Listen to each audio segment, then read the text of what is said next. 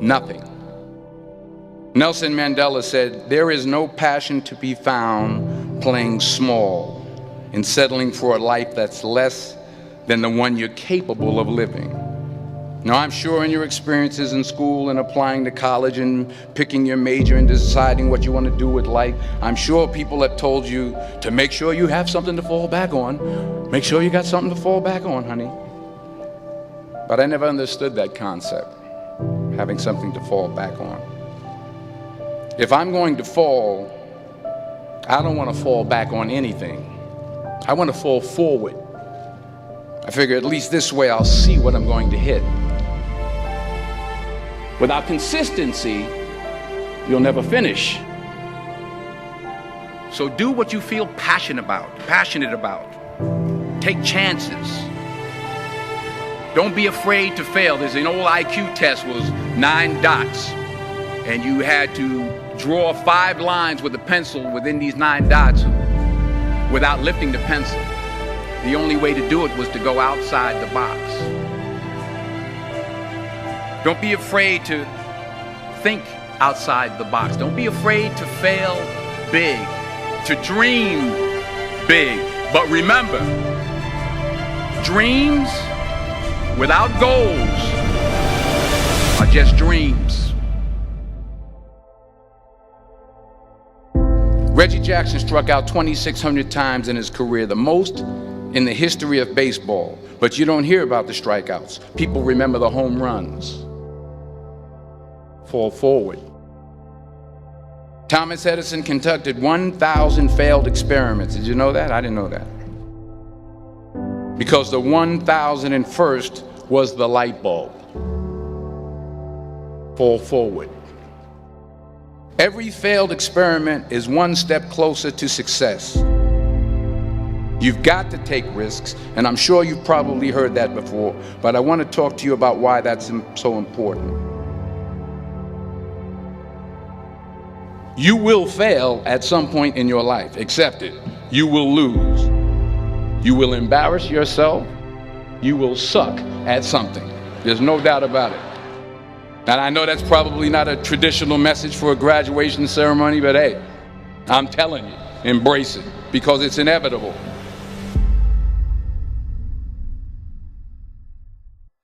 In the acting business, you fail all the time. Early on in my career, I auditioned for a part in a Broadway musical. Perfect role for me, I thought, except for the fact that I can't sing. I didn't get the job. But here's the thing. I didn't quit. I didn't fall back.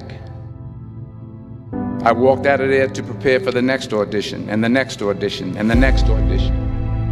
I prayed. I prayed. And I prayed. But I continued to fail, and fail, and fail. But it didn't matter, because you know what? There's an old saying, you hang around the barbershop long enough, sooner or later you're going to get a haircut. So you will catch a break, and I did catch a break. Last year, I did a play called Fences on Broadway. But here's the kicker. It was at the Court Theater. It was at the same theater that I failed that first audition 30 years prior. The point is, every graduate here today has the training and the talent to succeed. But do you have the guts to fail? If you don't fail, you're not even trying. I'll say it again. If you don't fail, you're not even trying. To get something you never had, you have to do something you never did. So imagine you're on your deathbed, and standing around your deathbed are the ghosts representing your unfulfilled potential. The ghost of the ideas you never acted on. The ghost of the talents you didn't use. And they're standing around your bed, angry, disappointed, and upset. They say we came to you because you could have brought us to life, they say. And now we have to go to the grave together. So I ask you today, how many ghosts are going to be around your bed when your time comes?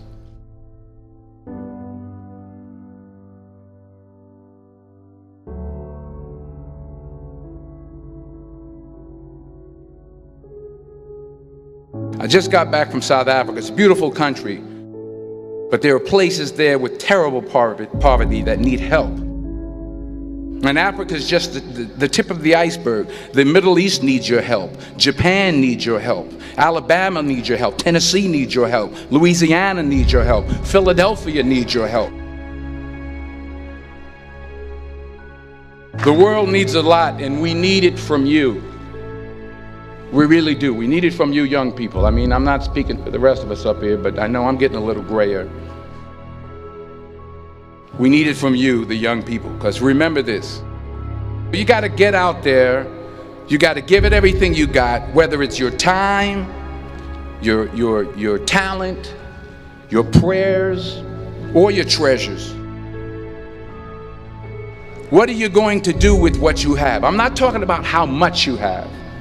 Some of you are business majors, some of you are theologians, nurses, sociologists. Some of you have money, some of you have patience, some of you have kindness, some of you have love, some of you have the gift of long suffering. Whatever it is, whatever your gift is, what are you going to do with what you have?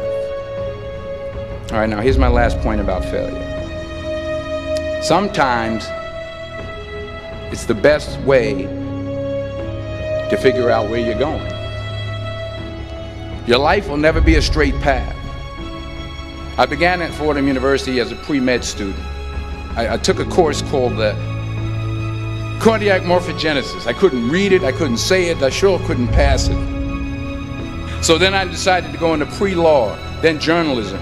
And with no academic focus, my grades took off in their own direction. I was a 1.8 GPA. And the university very politely suggested that it might be better to take some time off. I was 20 years old. I was at my lowest point. And then one day, and I remember the exact day, March 27th, 1975, I was helping my mother in her beauty shop. My mother owned a beauty shop up in Mount Vernon. And there was this older woman who was considered one of the elders in the town. And I didn't know her personally, but I was looking in the mirror, and every time I looked at the mirror, I could see her behind me, and she was staring at me. She just kept looking at me. Every time I looked at her, she kept giving me these strange looks. So she finally took the dryer off her head and she said something I'll never forget. She said, "Young boy, I have a prophecy, a spiritual prophecy." She said, "You are going to travel the world and speak to millions of people." And in the years that followed, just as that woman prophesied, I have traveled the world and I have spoken to millions of people through my movies. Millions who up till this day couldn't see me, who up till this day I couldn't see while I was talking to them, and they couldn't see me, they could only see the movie. They couldn't see the real me. But I see you today, and I'm encouraged by what I see. And I'm strengthened by what I see. Because taking risk is not just about going for a job. It's also about knowing what you know and what you don't know. It's about being open to people and to ideas. The chances you take, the people you meet, the people you love, the faith that you have, that's what's going to define you. Never be discouraged. Never hold back. Give everything you got. And when you fall throughout life, remember this: fall forward.